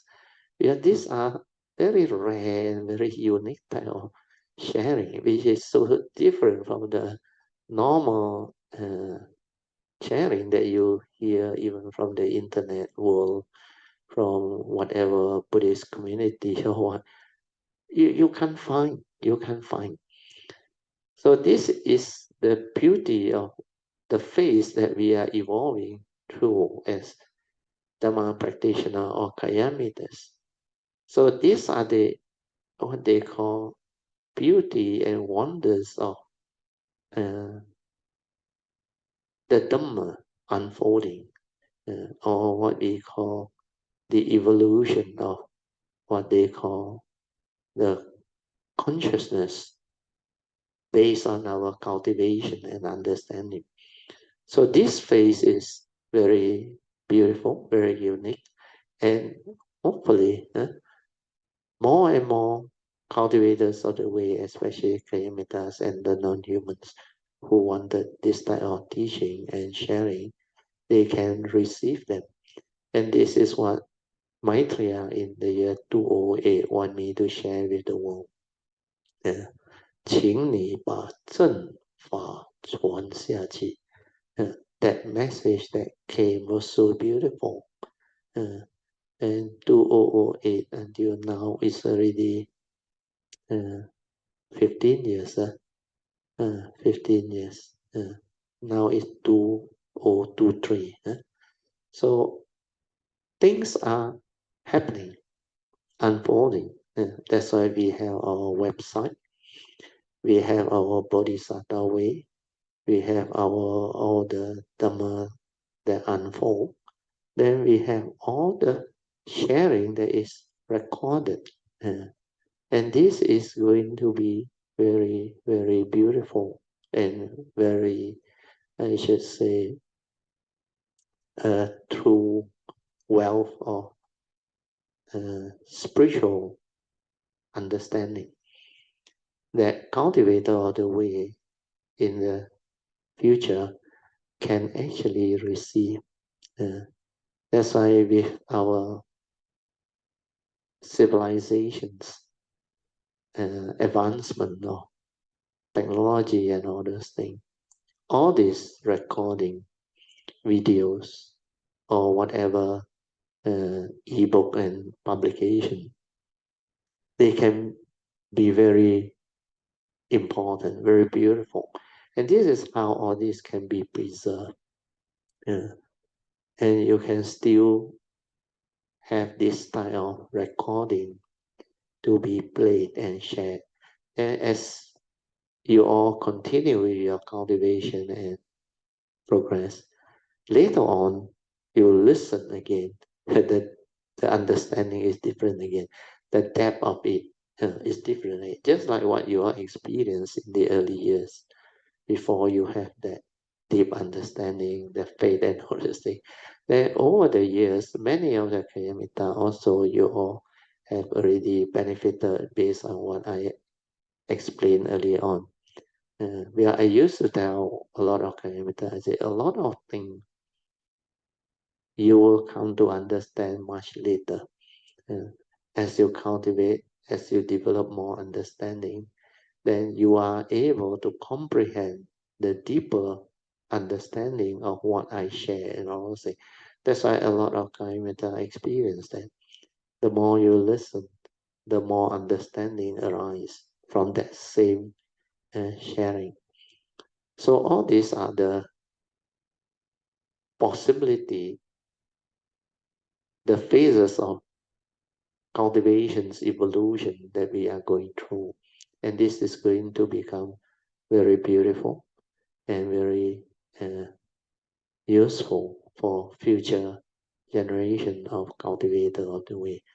So if all this understanding starting to unfold, the understanding will become very different in years to come. Especially after this coming retreat, I think there will be another level of movement or understanding of all this Dhamma cultivation, the Kayamitas consciousness, or what they call the evolution of the Kayamitas ability to understand all this. So we will develop more and more of this, especially during the retreats and the later subsequent sharing that we are having. Okay, sorry to take up so much of your time, Amy. And now I pass back to you. You can continue. Yeah, thank you, Vadio. You have very detailed out a very detailed explanation. Yeah, it's Yeah, very yeah. beneficial to all of us. Yeah. Later Mm. on, you all listen again. Then, as you progress further, you listen again. It become then you will evolve all this understanding, because these are the things that my nature is supposed to pass down and share. These are the true Dhamma understanding, 正法, which actually at that time, 208, when I received the message, I knew what Maitreya was telling me. Well, I knew I have this understanding. I can share all this. But the condition was not there at that time.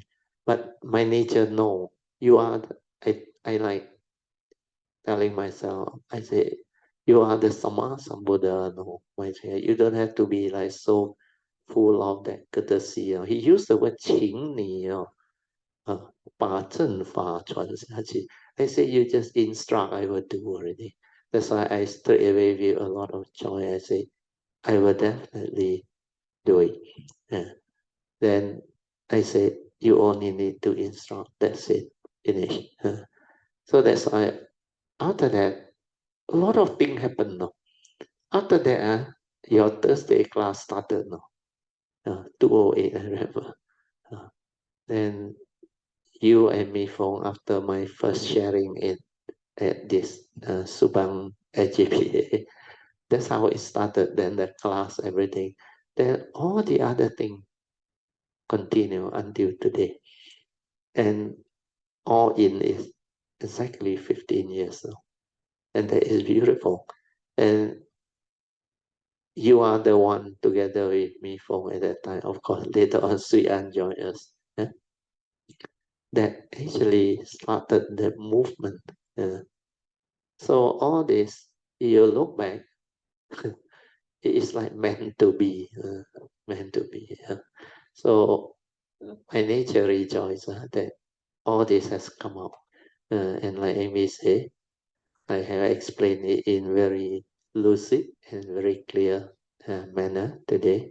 So hopefully today's sharing, you all Kanyamitas who have the condition to hear it, uh, listen to it, will develop all the faith and understanding that you all need for you to go this way and make you really determined strongly uh, to plant the seed of mohi and continue with this way of cultivation so that all this understanding can arise. Then follow the yellow cut, the Bodhisattva way, especially the aspiration, the vow, the adhitthan, to have this type of understanding life after life whenever you choose to come or you have to come. So that all this understanding, they will remain with you. Then I realized by doing that, you can cut short your training of the Bodhisattva way by a lot, a lot. You have to, you don't have to wait till like sasana to progress. Uh, in fact, after this sasana, even the sasana of Sakyamuni Buddha no more. Your nature, because of this Bodhisattva vow that you have and the understanding that this nature has shared with you all this time, you will progress even during the non-sasana. And your nature will become very different. Then by the time you hit the next sasana, your nature can become very different already. And some of you all maybe even very, very different. So my nature really rejoices with all the condition and the understanding and the manifestation and unfolding of this sharing and teaching. Sadhu. Okay, Amy, continue. Yeah, sadhu, sadhu, sadhu, very Sadhu, good. sadhu, sadhu. Yeah. Yeah, while you're explaining, Vadio, just now, I was kind of recalling that moment when I see the flame of the candles Yeah, burning. yeah. It's a full seeing. It's no Correct, like correct. reception. It is like, Totally it absorbed in the flame, yes, in the whatever because in front of me. it will be like an imprint. You know what is an imprint? It go Yes, in deep into your nature. And then my eyes like, wow, open up big like that. Yeah, Now only I and you recall, will wow, my eyes know are that very this is big. something different. This is something that is meant to be on. That's why it's the condition for all this to arise. Otherwise, I won't be sharing all this. If there is no condition, this nature cannot manifest the sharing. But because that condition is so like meant to be, the nature know that this thing has to come out already. Then it come out. Yeah. So during that time also my heart like, oh, I don't know how to, no expression. I just Correct, like correct, correct. that. Yeah, yeah, yeah. Very fast gone already. Like the aha moment. Oh, so Yeah. beautiful. Yes. Yes. So beautiful. They call it the aha moment. Like you suddenly awaken now. And this is so beautiful. Like this one is something different. That's why it's meant to be. So when normally you don't on your mic on. Today I saw it, the first one to actually off and on. That's why I immediately call you and ask you to share. And the sharing was like meant to be for all this to come And up. then it happens 2 times or more. Yeah, Second yeah, time is yeah. a different Yeah, and yeah, yeah, different yeah. manifestation. Correct, correct. Okay. All right. But till I finish my sharing, maybe I invite anyone of You can online with nominate it to somebody, share. Maybe or let them, anybody who wants to come share in. like if they want to come to share. Yeah. Anybody wants to come in, you can Thank come in. you. Yeah.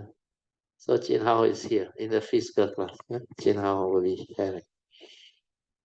Good evening, Yeah, Pratu and all yeah, Mitas. yeah. Okay, what I want to say is one of the incidents happens in the daily life.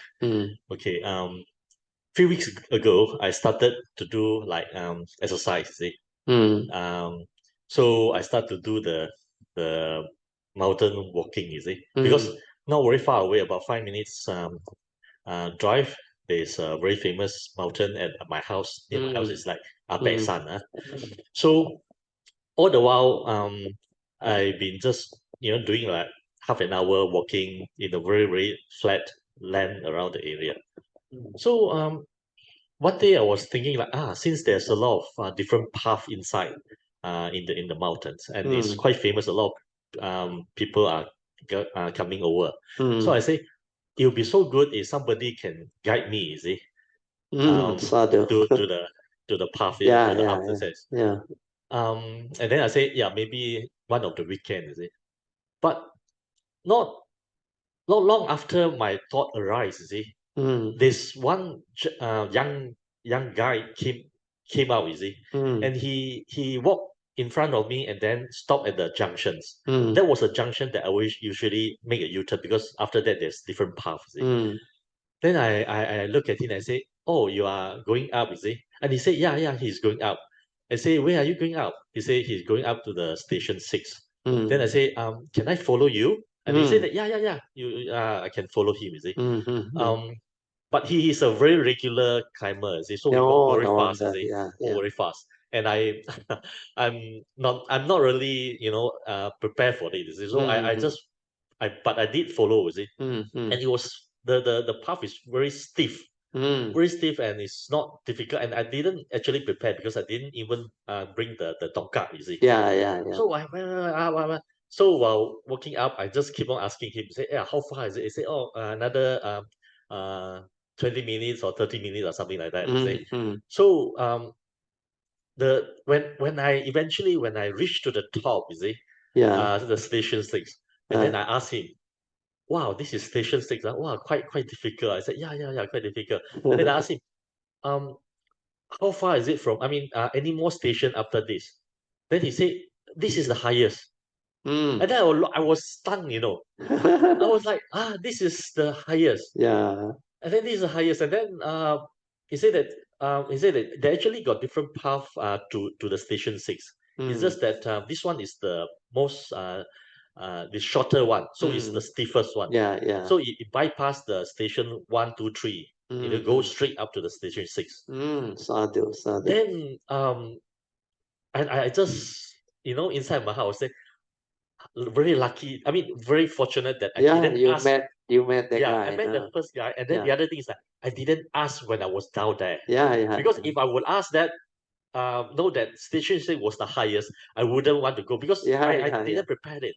So so it is like it's it's in the cultivations. So in the cultivation, it's like and one thing is like because when I was climbing up, I one thing I've learned is that I don't want to look back. Because when you look back, it will quite easy to fall down because it's like it's quite steep, you see. And if you look up as so, it will be very far away, and then so it arise a lot of like reflections for me to sort of like to point in the cultivations. It's quite similar actually. Because you just forget about the distance.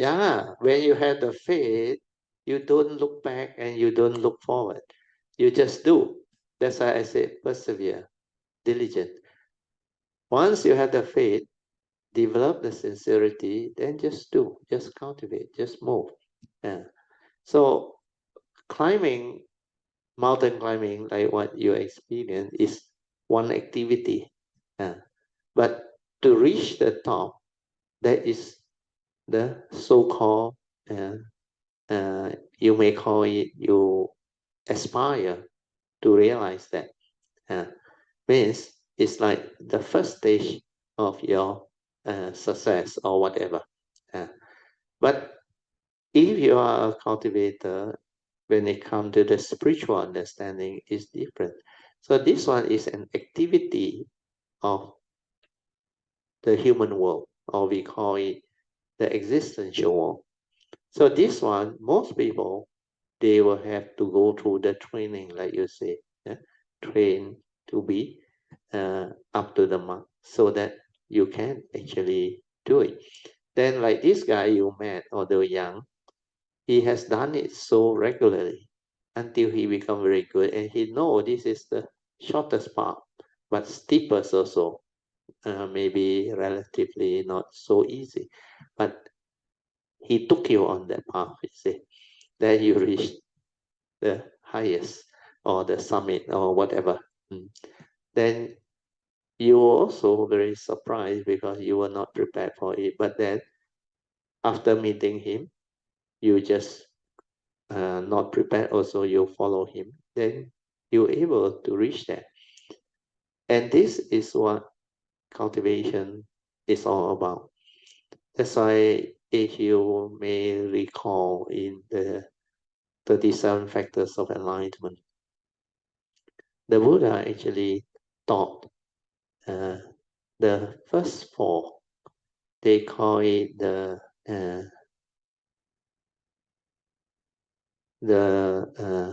four, I think, application of success or what already. I forgot already. The four, it is for normal cultivator one, not the actual spiritual one. Don't know what success. I forgot already. The four. Precepts, 是不是 four bases of success? Yeah, 4 bases of success. Thank you, Alicia. The 4 bases of success. First, you must have the passion. The passion means that love for that thing. The passion. So these are normally, I call it more mundane or worldly type of success, but it is also classified as a factors of enlightenment. From there, you can also develop the cultivation of the spiritual understanding to develop the enlightenment. So these 4 bases of success are normally the initial, what they call factors of enlightenment, where most people start. It can be for worldly activity or whatever. So you must develop the passion, means the liking of it. You must love that thing. You must like do it like something that you want to do. Is a passion. So once you develop that thing, then it will drive you, that passion. Then you will develop the next one, which they call that virya. Virya is the spiritual zeal to do it. Then the next one is the willpower. The willpower, the chitta, the willpower. Means, like the saying goes, if there is a will, there is a way. It will help you realize it. Then finally, of course, is the investigative process, or they call vimamsa, where you continue to investigate, or what they call develop the understanding to improve on what you have done, to develop the skill, the ability to endure and all those things. Means, like, to be successful in that, you must continuously develop that investigative process to improve. It's just like ISO and all those things. So these 4 bases of success is the one that bring forth the condition for living being to achieve great successful thing in life. But when it comes to spiritual cultivation, you have to move beyond that. Yeah, that one is normally the initial understanding of most people to develop success in any worldly activity, or you call when you wanted to do something, or when you start to pursue something which you believe in. Then when it comes to spiritual, you have to go beyond the 4 bases of success. The 4 bases of success will prepare you. But after that, the spiritual understanding is the 5 spiritual faculty. And that one you need. That's why the 5 spiritual faculty is repeated twice in the factors of enlightenment, the 37 factors of enlightenment. So first stage is to develop them first. Then after that, you become good at it already. You stabilize it until it becomes unshakable, ballast. That's why in our chanting book, I help you all to develop the aspiration of our puja offering, to develop the what they call stability of spiritual faculty until they become ballast or powers. So all these are very vital for cultivation. Then after that, you will know how to apply the other balance of the 37 factors of enlightenment to actually develop the cultivation, the perfection, and all these things. So what Chin Hao shared today also very good. Although it's just a mountain climbing, but at least it set for the causes and conditions for me to share with you all the 37 factors of enlightenment, especially the first 4. They call it the 4 bases of success. So I should thank Alicia. Yeah, I sometimes cannot remember the words that they use. It's called the 4 bases of success. Yes, it's how you want to excel in certain thing that you do in life.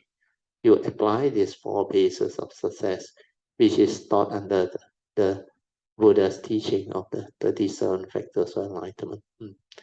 Okay, Jinhao, you continue. Yeah. So that's why I say sometimes, in Chinese they say 因缘不可思议. Yeah. 因缘不可思议. You like what you say, you see, you have to have the guide, you see. And it Yeah, so yeah, happened yeah. the guide came, you see, Yeah, when the yeah, thought arrived. yeah. And it's also that few days when that day also, I think Alicia, Sister Alicia sent the notes about the Tara seed, the Sabah Tara seed. She tried to, grow the Correct, seed, you correct. see, Plant the fruits. plant the Yeah. fruit, you see. And then it give me the joys and reflections on that incident, you see. Yeah. Never look down any of us, you see. Yeah. So it's just that somebody may be fast and somebody may be slow, you see. Yeah. So when the time causes the condition fall arise, into place. it will eventually grow up. Correct. So yeah, it will just manifest, which is very true. Sadhu, that's why I was so joyful. Sadhu, very good. Because it's before the mountain climbing, the 2 weeks before that I already started to do exercise. That's why I say that, if before the 2 weeks preparations, I wouldn't able to arise the condition for me physically to climb up, Correct. And you make the aspiration, then the fellow appear. That guy appear. So that's why it's like, of course this couldn't compare with cultivation, but it's like it's give me a lot of reflection like that in the cultivation, whereby you just need to have faith, and Correct. Very true. the teacher will arrive. When the student is ready, the teacher will appear. That saying is very true. Because these are the causes and conditions, cultivator of the way arise. Understand? That's why when you are ready or you prepare ready, then you make the aspiration to meet out, like the Buddha help all the cultivators of the way, the disciple, the Buddhist devotee, how to make aspiration. Vichan, Imina, Punyang, Kamina, and all things. So how you can actually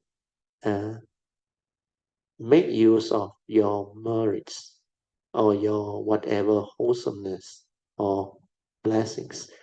So you invoke power of merits for causes and conditions for you to avoid the foolish, meet out with the wise, so that the enlightenment can be realized in the here and now as soon as possible. So this is for the sainthood way for most people. So you can modify on it and evolve on it.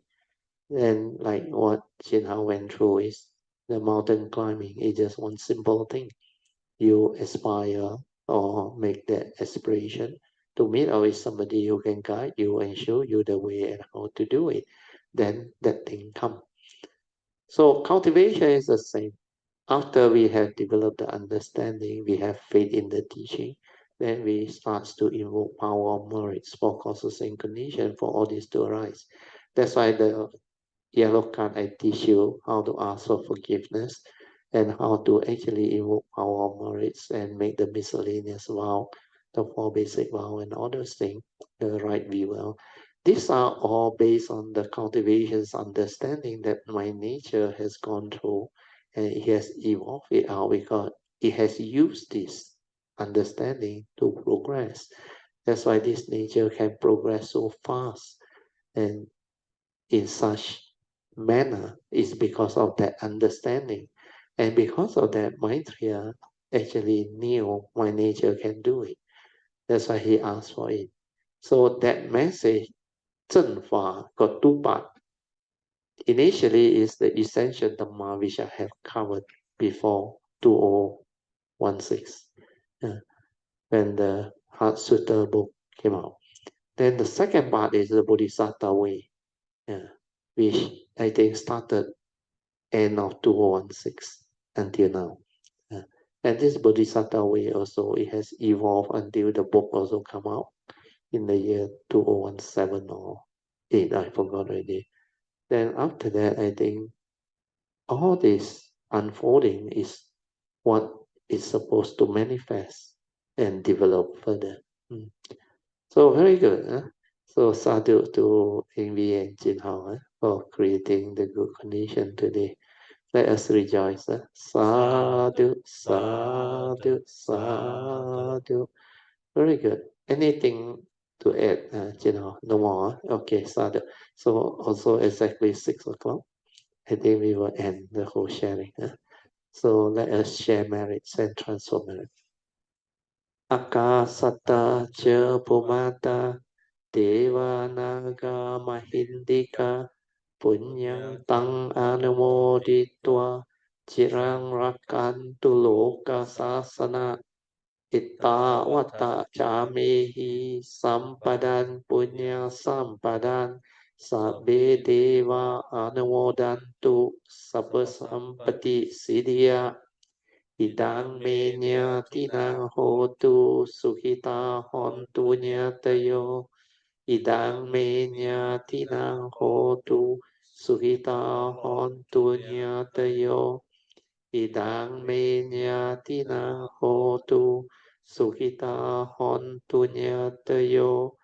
Devo asatu kalena sasa sampati hetu cha Fito bhavatu loko cha Raja bhavatu dhammiko Imina punyang kamina Mami bala samagamo Satang samagamo hotu Yawa nivana patiya Sadhu Sadhu Sadhu. Okay, you all can now pay respect mindfully to Lord Buddha, Kuan Yin Bodhisattva, and all the worthy ones. Then we will end the whole sharing. Sadhu.